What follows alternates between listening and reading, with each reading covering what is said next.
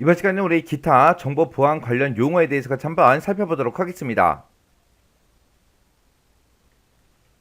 자, 첫 번째 이제 좀비 PC요. 이 좀비 PC라는 거는 악성 코드에 감염돼서 다른 프로그램이나 다른 컴퓨터를 조종하도록 그렇게 이제 만들어진 그런 컴퓨터를 보고 우리가 좀비 PC라고 합니다. 이 좀비 PC를 이제 누군가는 이제 제어를 해야 되겠죠. 그게 이제 우리 CNC라는 그 서버요. 이 CNC라는 이 서버에 의해서 이제 이 좀비 PC가 이제 제어를 받아서 주로 이제 디도스 공격에 이용되는 게 우리 좀비 PC요. 그 다음에 이제 CNC 서버라는 거요. 이 CNC 서버가 우리 좀비 PC를 이제 제어하는 그런 서버를 보고 우리가 CNC 서버 그렇게 이제 불러요. 얘는 이제 해커가 원격지에서 감염된 그런 좀비 PC 있죠. 그런 좀비 PC한테 명령을 내리고 악성 코드를 이제 제어하기 위한 그런 용도로 사용되는 그런 서버를 보고 우리가 이제 CNC 서버 그렇게 이제 부릅니다. 그 다음에 이제 본넷이요. 본넷이라는 거는 악성 프로그램에 이제 감염돼서 악의적인 의도로 사용될 수 있는 다수의 이제 컴퓨터들이 네트워크로 연결된 그런 형태를 보고 우리가 이제 본넷이라고 합니다. 우리 디도스라는 거요. 디도스라는 게 이제 여러 곳에 이제 분산된 그런 공격 지점에서 하나의 서버를 이제 타겟으로 해서 서비스 거부 공격을 수행하는 거, 그걸 보고 우리가 디도스라고 했죠. 그때 이 좀비 PC들이 네트워크로 연결된 그런 형태를 우리가 본넷이라고 하는 거고, 이런 좀비 PC를 이제 제어하는 게 우리 CNC 서버요. 그 다음에 이제 웜이요. 웜이라는 게 있고 우리 트로이 목마라는 게 있는데, 이 웜하고 트로이 목마하고 같이 좀 보자고요. 이 웜하고 트로이 목마는 바이러스를 크게 이제 두 가지로 나누게 되면 우리 웜이라는 거랑 트로이 목마랑 이렇게 이제 크게 두 가지로 나눌 수 있습니다. 이 웜의 뜻이 이제 벌레라는 뜻이죠. 그래서 예를 들어서 우리 집에 바퀴벌레가 없었는데 한 마리가 이제 이번 주에 넘어왔어요. 한 마리가 넘어오는 순간 며칠 안 지나면 이제 수십 마리, 수백 마리, 수천 마리가 될 수도 있겠죠. 그래서 이 웜이라는 거는 자기 자신을 복제하는 그런 능력을 가지고 있어요. 그래서 네트워크를 통해서 연속적으로 자신을 이제 복제를 해요. 복제를 해서 시스템이 이제 부하를 높여서 결국 시스템을 이제 다운시키는 그런 바이러스의 일종을 보고 우리가 이제 웜이라고 합니다. 이 웜에는 분산 서비스 거부 공격도 있고요. 그 다음에 버퍼 오버플로우 공격이라는 것도 있고 슬래머라는 것도 있고 이런 것들이 우리 웜 공격의 한 형태입니다. 그래서 내 컴퓨터에 이제 원 바이러스가 딱 하나 들어오면은 얘는 이제 자기 자신을 복제한다 그랬어요. 자기 자신을 계속 복제를 해서 내가 사용하고 있는 그 기억 장소를 꽉 채워버려요. 꽉 채우면 결국에는 이제 시스템에 이제 부하가 생기겠죠. 그래서 시스템을 다운시키는 그런 바이러스가 우리 웜이요, 웜. 그 다음에 이제 트로이 목마요. 트로이 목마는 이 웜처럼 자기 자신을 복제하는 그런 능력은 없어요. 얘는 이제 정상적인 그런 기능을 하는 프로그램처럼 그냥 위장해서 프로그램 안에 숨어 있어요. 숨어 있다가 특정 날짜, 특정 시간이 되거나 아니면 해당 프로그램이 이제 동작할 때 활성화돼서 이제 부작용을 일으키는 그런 바이러스를 보고 우리가 이제 트로이 목마 그렇게 이제 부르는 거예요. 그래서 얘는 자기 자신을 복제하는 능력이 있다 없다? 없더라. 얘는 그냥 혼자 움직이는 애예요. 그래서 내 컴퓨터에 트로이 목마 바이러스가 딱 들어왔어요. 들어와서 가만히 숨어 있어요. 정상적인 그런 기능을 하는 프로그램처럼 가만히 숨어 있다가 특정 날짜가 되거나 아니면 특정 시간이 되거나 아니면 해당 프로그램이 이제 동작을 할 때 이 트로이 목마 바이러스가 이제 활성화가 돼서 부작용을 일으키는 그런 바이러스를 보고 우리가 이제 트로이 목마 그렇게 이제 부르는 거예요.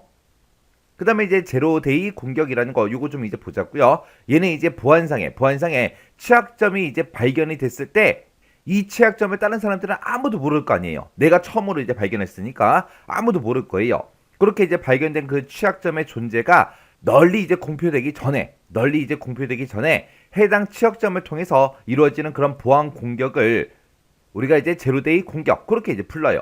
그래서 얘는 공격의 신속성을 의미하는 그런 용어입니다. 그 다음에 이제 CC 인증이요. CC 인증이라는 거는 국가들마다 서로 다른 정보 보호 시스템의 평가 기준을 가지고 있을 거예요. 그런 평가 기준을 서로 이제 연동을 하고 평가 결과를 서로 이제 상호 인증하기 위해서 제정된 정보 보안 평가 기준을 보고 우리가 이제 CC 인증이라고 하는데 얘는 이제 ISO IC 15408 여기에 이제 등록된 그런 국제 표준을 우리가 이제 CC 인증 그렇게 이제 부르는 거예요. 그 다음에 이제 멀바타이징이요. 얘는 이제 악성 소프트웨어를 뜻하는 멜웨어랑 그 다음에 광고 이 두 가지의 합성어입니다. 그래서 온라인 광고를 통해서 악성 코드를 이제 유포시키는 그런 행위를 보고 우리가 이제 멀바타이징 그렇게 이제 부르는 거예요. 그 다음에 이제 정보 공유 분석 센터요. 얘는 이제 ISAC 그렇게 이제 불러요. 얘는 말 그대로 정보를 이제 공유하고 분석하는 그런 센터를 보고 얘기합니다. 얘는 이제 취약점이 됐든 침해 요인이 됐든 유사한 그런 업무 분야별로 이제 해킹이나 바이러스 그런 사이버 테러 있죠. 그런 거에 이제 효과적으로 공동 대응하기 위한 그런 서비스 체계를 보고 우리가 이제 정보 공유 분석 센터 그렇게 이제 부르는 거예요.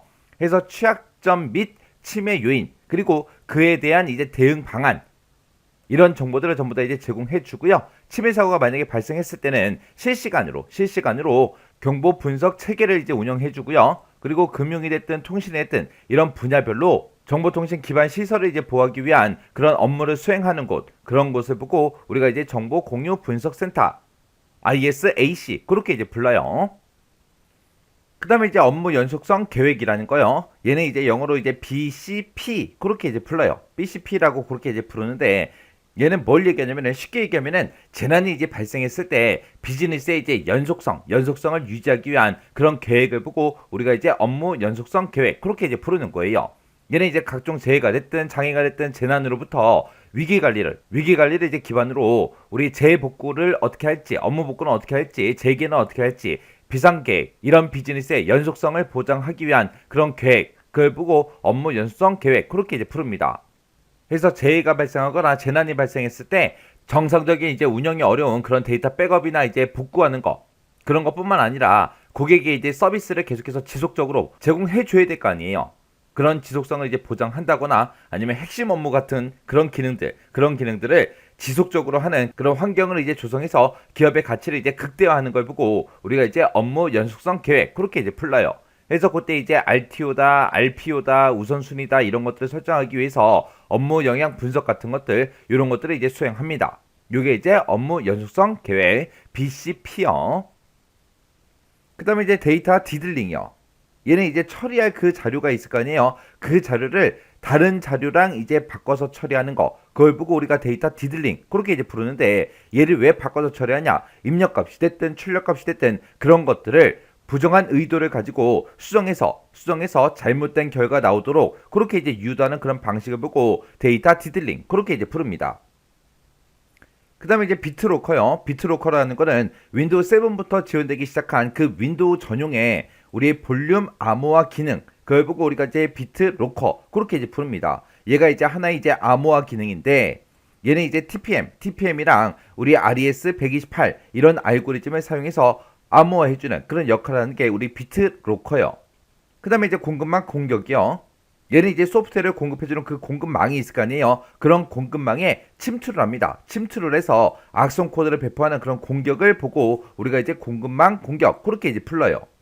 그래서 소프트웨어 빌드가 됐든 배포 과정에서 악성 코드를 이제 살펴서 이용자들을 이제 공격하는 거 그게 이제 공급망 공격이요. 그래서 우리 정보 보안과 관련된 용어에 종류가 되게 많죠. 여러 가지가 있더라도 이 중에서 이제 어떤 게 이제 시험 문제로 나올지 모른다고요. 모르기 때문에 뭐가 뭔지는 구분할 수 있을 정도로 여러분들이 보고 지나가셔야 돼요.